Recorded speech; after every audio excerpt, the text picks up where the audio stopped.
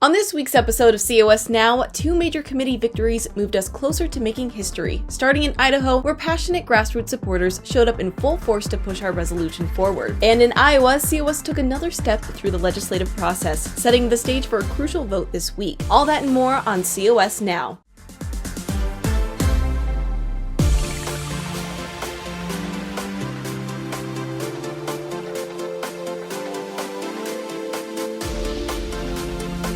What do we want? When do we want it? Now!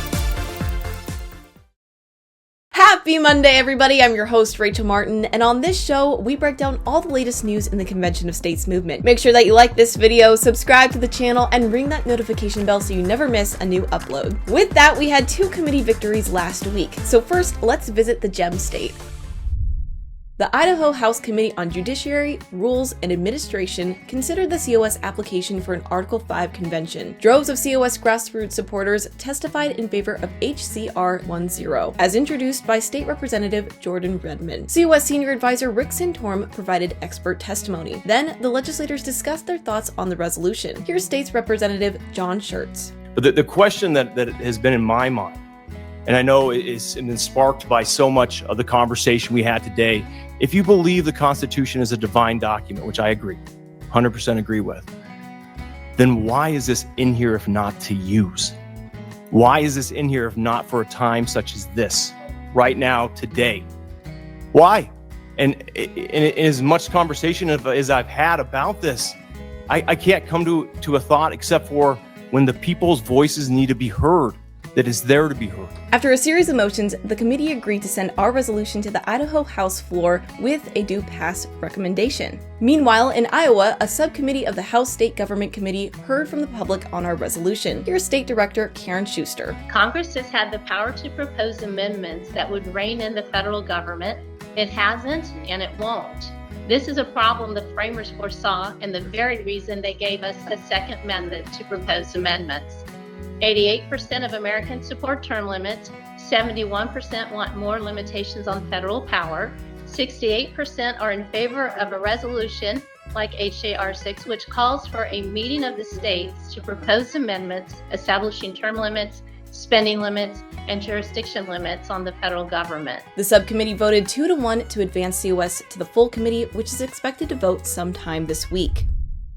On Thursday, COS Action Senior Advisor Rick Santorum spoke to the Texas Public Policy Foundation, encouraging attendees to help Texas renew its call for Convention of States and remain a leader in the movement. Texas passed our resolution to call for a convention of states to do three things. They passed it 8 years ago. To do three things. Number one, limit the jurisdiction of the federal government, put fiscal limitations on the federal government, and put term limits on potentially all federal office holders, including the deep state.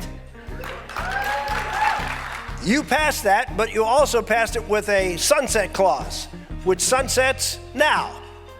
So the state, if you're going to maintain your leadership that you are so proud of, we need to get to it. With Elon Musk and Doge continuing to dominate headlines, COS President Mark Meckler took to the airwaves this week to discuss the benefits of efficient government spending. As we are in a particular moment in time when there is an appetite among the American people for, as you described, a deep reformation of government, of fixing the deep problems that have now driven themselves to the very foundations of our government.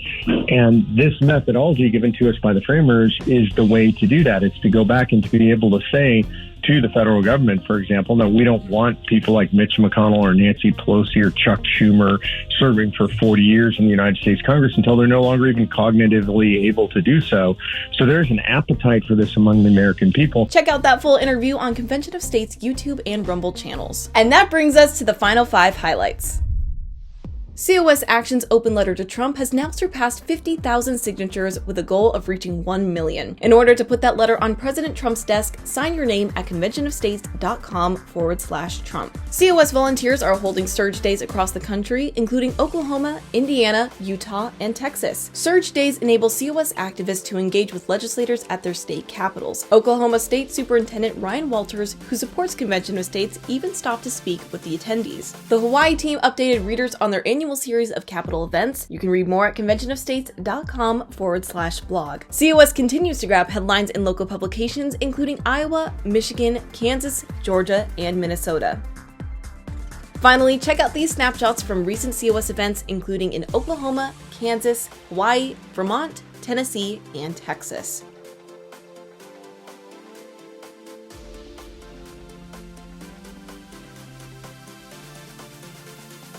Thanks for tuning into this week's recap. Be sure to check us out on other social media platforms. Leave your thoughts in the comments down below, and I'll see you same time next week here on COS Now.